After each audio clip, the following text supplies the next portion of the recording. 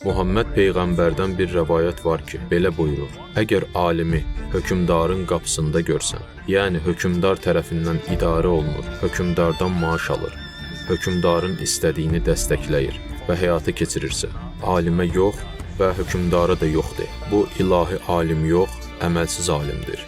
Batil hakimiyyətlərin şeytan alimidir.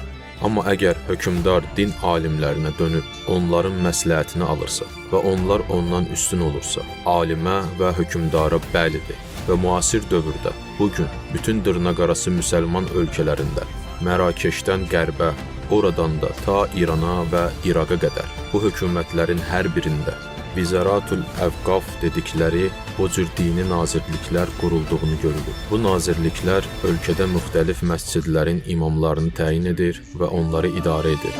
Onlara hansı çıxışları etmələri lazım olduğunu verirlər. Çıxışlar adətən hökuməti